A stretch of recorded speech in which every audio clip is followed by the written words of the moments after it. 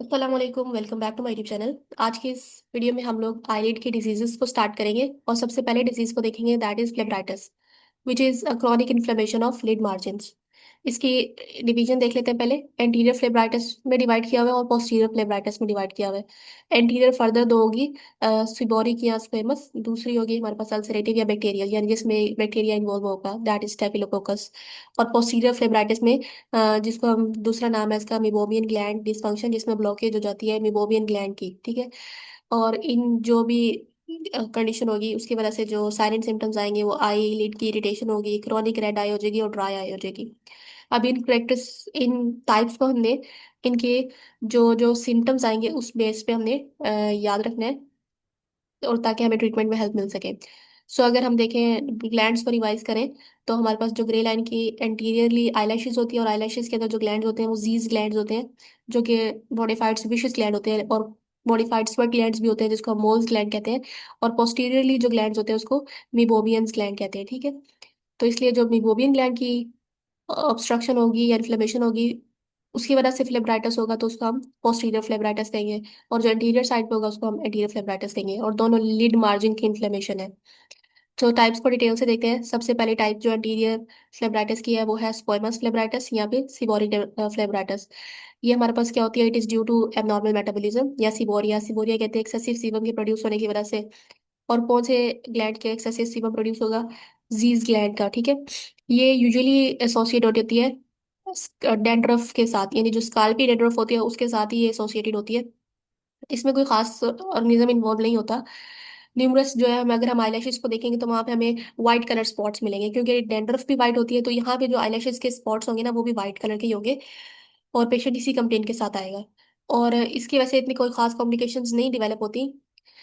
लेकिन अगर आईलैशेस इसमें फॉल आउट हो भी जाए तो वो जब रिप्लेस होंगी तो वो बिल्कुल अपनी नॉर्मल ओरिएंटेशन में होगी, उनके अंदर डिस्टॉर्शन नहीं होगी। और इन वाइट स्केल्स को जब हम रिमूव करेंगे तो ब्लीडिंग नहीं होगी, जस्ट रेड सरफेस हो जाएगी थोड़ी सी। ठीक है। सो ये जो इसके फीचर्स हैं ये इसको सेपरेट कर रहे होंगे अल्सरेटिव टाइप से। ठीक है। सो इसलिए इनको याद रखना बहुत जरूरी है। और यहाँ पे हम देखें तो हमें वाइट स्केल्स नजर आएंगे स्किन के ऊपर, और आई लिड मार्जिन, और जो है ये ड्राई भी हो सकते हैं। ठीक है। अल्सरेटिव फेब्राइटिस में अब क्या होगा, अब हमारे पास इसका कॉज होता है एक स्टेफिलोकोकस बैक्टीरिया इन्वॉल्व होता है इसमें नॉर्मली। और यहाँ पे जो क्रस्ट बनते हैं वो येलो क्रस्ट होते हैं। और इन येलो क्रस्ट को जब उखाड़ा जाता है तो फिर पीछे से ब्लीडिंग भी हो जाती है। The yellow crust glue the lashes together. हाँ, अब इसमें ये फीचर भी होता है कि इसमें आईलैशेज आपस में चिपक रही होती है, जबकि फ्लेक्स जो होते हैं वो हमने पढ़ा है कि वो ड्राई होते हैं, जबकि ये वाले जो होते हैं ये आपस में चिपक रहे होते हैं। अब हमारे पास इसके अलावा आईलैशेज अगर यहाँ पे, जो कि इसकी कॉम्प्लिकेशन में हम पढ़ेंगे कि आईलैशेज फॉल आउट हो जाती हैं और जब वो वापस आएंगी तो मिसडायरेक्टेड आईलैशेज होगी। ठीक है। सो ये इसके कैरेक्टरिस्टिक्स हैं कि ये स्टिकी क्रस्टी डेब्रिस मिलेगा, जो कि अकोमोलेट हुआ होगा एट द बेस ऑफ आईलैशेज और आईलिड मार्जिन्स। अब इसकी अल्सरेटिव जो टाइप है उसकी कॉम्प्लिकेशंस क्या होंगी, उसमें हमारे पास ट्राकिएसिस है, कि यानी आईलैशेज मिसडायरेक्टेड हो जाना। टाइलोसिस कहते हैं कि लिड मार्जिन का थिक हो जाना। मेडोरोसिस कहते हैं कि आईलैशेज एब्सेंट हो जाए या बिल्कुल खत्म हो जाए या थोड़ी हो जाए, क्योंकि इसमें डिस्ट्रक्शन हो जाती है हेयर रूट्स की। क्योंकि एंटीरियर फ्लेब्राइटिस है तो हेयर रूट्स वाली की डिस्ट्रक्शन हो जाएगी, तो उसको उसकी वजह से आईलैशेस जो है वो कम हो जाएंगी या बिल्कुल खत्म हो जाएंगी। एक्ट्रोपियन कहते हैं हमारे पास ई वर्जन हो जाना आईलिड मार्जिन का, और इसकी वजह से हमारे पास एपिफोरा होता है जिसमें कांस्टेंट वाटरिंग होती है आईज की, और उसकी वजह से फिर आगे अजीमा हो जाता है स्किन का। ठीक है। तो ये आगे इनको हमने डिटेल से पढ़ना है, सो जस्ट इनकी कॉम्प्लिकेशंस का यहाँ नाम याद रखना जरूरी है कि ट्राइकेसिस है, टाइलोसिस है, मेडरोसिस है, ट्रोपियन है, और एपिफोरा है। अब कंडीशन, इस कंडीशन को हमने ट्रीट कैसे करना है। लोकल ट्रीटमेंट में है जिसमें हमने अल्सरेटिव फॉर्म को एनर्जेटिकली ट्रीट करना है, क्योंकि इसकी आगे कॉम्प्लिकेशन ज़्यादा होती हैं। तो हमने स्केल्स, अगर स्क्वेमस टाइप में बनते हैं या फिर क्रस्ट बनते हैं जो कि अल्सरेटिव टाइप में बनते हैं, तो उनको कैसे ट्रीट करना है, उनको उनको रिमूव करने के लिए पहले उनको बाथ, मतलब उनको लीड मार्जिन को हमने 3% सोडियम बाइकार्बोनेट लोशन में बाथ देना है। ठीक है। और उसके बाद हमने जो आईलैशेस डिजीज होंगी, यानी जाहिर है वो आपस में चिपक रही होंगी, वो तो डिजीज हो गई। अब उसकी हमने उसको रिमूव करना है, एपिलेशन करनी है उसकी।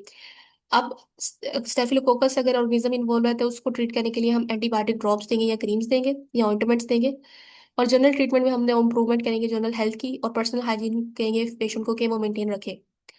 अगर उसको डैंड्रफ है स्काल्प की तो उसको भी ट्रीट करें। अभी दोनों टाइप्स का डिफरेंस दिया हुआ है। दोनों एंटीरियर फ्लेब्राइटस की टाइप्स हैं।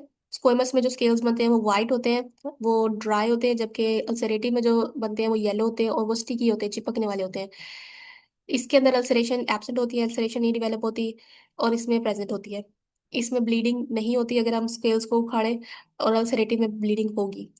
आईलैशेस जो होते हैं यहाँ पे बहुत कम लॉस होते हैं, अगर होंगे तो टेम्परेरी होंगे, वापस आ जाएंगे। यहाँ पे परमानेंट लॉस भी हो सकता है, और जो लेशेस जाएंगी वो वापस में ट्राइकियासिस होगा उनमें, यानी उनमें डिसऑर्गेनाइजेशन हो जाएगी।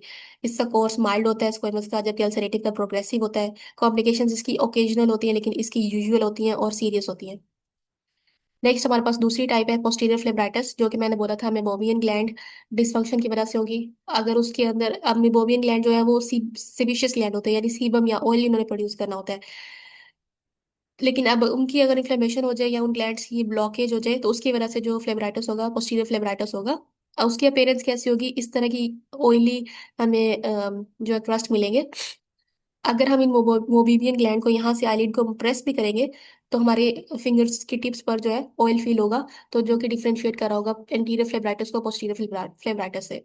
तो इसमें भी हम वही ट्रीटमेंट यूज करेंगे कि हाइजीन को मेंटेन रखेंगे, और क्रस्ट को रिमूव करेंगे। और इसके अलावा हम लोग जो है एंटीबायोटिक्स देंगे, सिस्टेमिक एंटीबायोटिक्स देंगे। So that was all about blepharitis. If you have any confusion you can ask.